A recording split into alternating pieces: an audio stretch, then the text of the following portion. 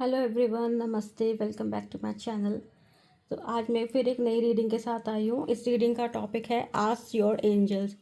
आप एंजल्स से जो भी सवाल पूछना चाहते हैं, जो भी गाइडेंस चाहते हैं, इस वीडियो के थ्रू आप तक वो पहुँच रही है।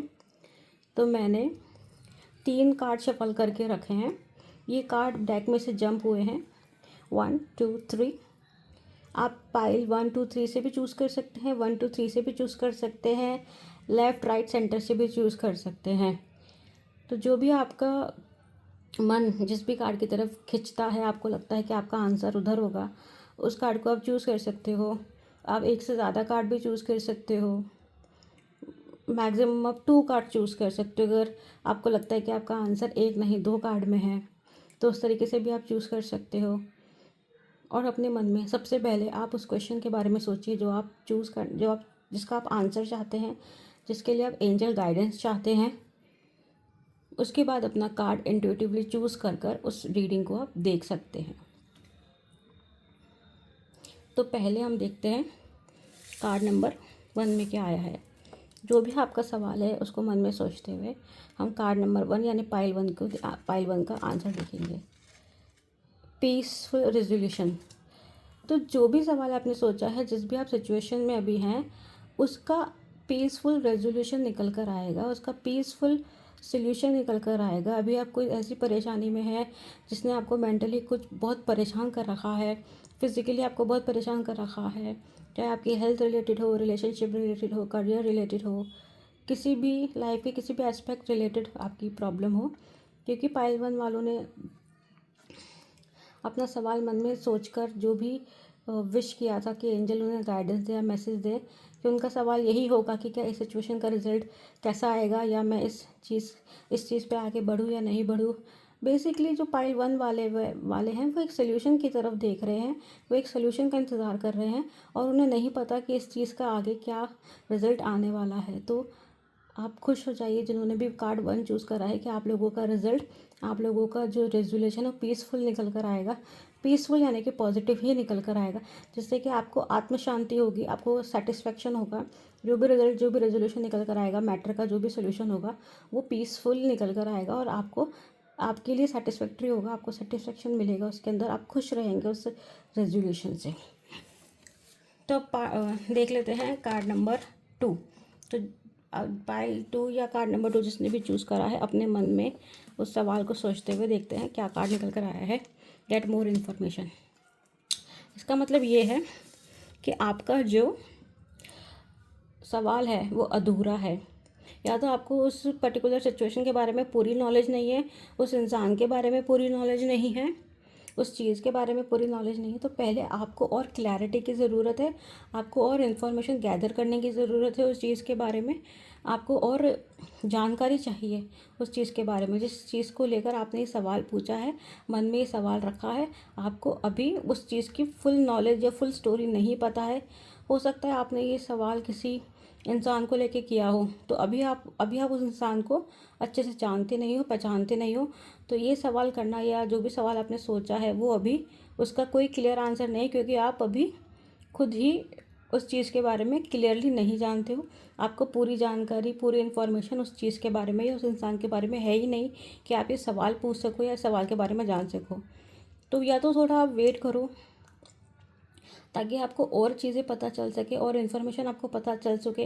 जो भी सवाल आपने किया है वहाँ तक पहुँचने के लिए अभी आपको, और उस सवाल का जवाब तक पहुँचने के लिए अभी आपको बहुत इन्फॉर्मेशन लगेगी, टाइम भी लगेगा। तो आप इंतज़ार कीजिए, पेशेंसली वेट कीजिए अपने राइट टाइम का, कि जब आपके पास सारी इन्फॉर्मेशन हो फिर वो आप सवाल करेंगे, फिर उसका जवाब ज़रूर निकल कर आएगा, और तभी जवाब निकल कर आएगा। अभी एंजल्स के पास कोई भी जवाब नहीं है आपके क्वेश्चन को लेकर, जिन्होंने भी नंबर 2 कार्ड चूज़ करा है, क्योंकि अभी आपकी इन्फॉर्मेशन ही अधूरी है। जैसे कि मैं एक एग्जांपल देती हूँ। मान लीजिए आप किसी कंपनी के लिए जॉब अप्लाई कर रहे हैं, तो गेट मोर इन्फॉर्मेशन का मतलब ये हो गया कि अभी आपको उस कंपनी के बारे में जानकारी और प्राप्त करनी है।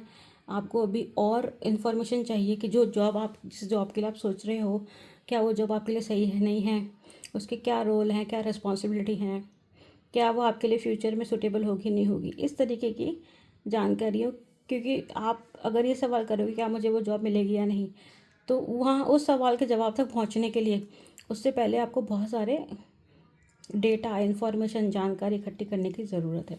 तो ये हो गया कार्ड नंबर 2। अब देखते हैं कार्ड नंबर 3 का क्या है। तो जिन्होंने भी कार्ड नंबर 3 चूज़ करा है, एक बार अपने मन में अपना सवाल दोहराते हुए हम देखते हैं कार्ड नंबर 3 के लिए क्या है। रिकंसीडर। जो भी सवाल आपने पूछा है ना अभी, एंजल्स आपको यही बोल रहे हैं कि उसको रिकंसिडर करो। अगर आपने किसी पर्सन को लेकर ये सवाल पूछा है तो एंजल्स यही बोल रहे हैं कि एक बार रिकंसिडर करो। या तो आप अपने सवाल को रिकंसिडर करो या तो उस पर्सन को रिकंसिडर करो। अगर ये आपने किसी करियर रिलेटेड सवाल पूछा है तो एंजल्स आपको बोल रहे हैं या तो अपने सवाल को रिकंसिडर करो, मतलब जो आप पूछ रहे हो क्या वो सही गलत के पैमाने में कहाँ आता है, सही है गलत है, आप जो पूछ रहे हो रिकंसिडर करने की ज़रूरत है। एंजल्स आपको दोनों चीज़ रिकंसिडर करने के लिए बोल रहे हैं। या तो आपको सवाल रिकंसिडर करने की ज़रूरत है, मतलब या तो आपने सवाल ही गलत पूछा है, या फिर जो भी सवाल आपने पूछा है या तो पर्सन से रिलेटेड, करियर से रिलेटेड, किसी भी सिचुएशन से रिलेटेड, तो आपको वो सिचुएशन रिकंसिडर करने की ज़रूरत है। फॉर एग्ज़ाम्पल, अगर आपने ये पूछा है कि क्या ये मेरा ट्रू लव है, तो या तो आपको क्वेश्चन रिकंसिडर करने की ज़रूरत है, मतलब कि इतना डाउटफुल क्वेश्चन करने की ज़रूरत नहीं है। या फिर आपको उस पर्सन को रिकंसिडर करने की ज़रूरत है, उस पर्सन को देखने की, परखने की ज़रूरत है कि क्या वो ट्रू लव के लायक है भी या नहीं। तो बेसिकली एंजल्स आपको सपोर्ट कर रहे हैं कि आपका जो भी सवाल आपने किया है उसके लिए एंजल्स ने आपको गाइडेंस दी है कि आप रिकंसिडर करो चीज़ों को, दोबारा सोचो चीज़ों पे कि क्या सही है क्या गलत है।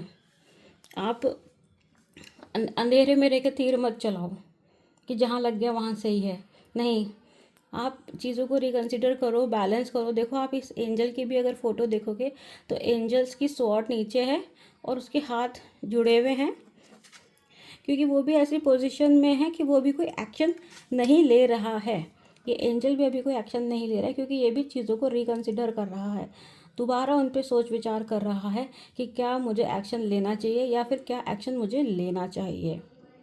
तो ये है कार्ड नंबर 3 की रीडिंग।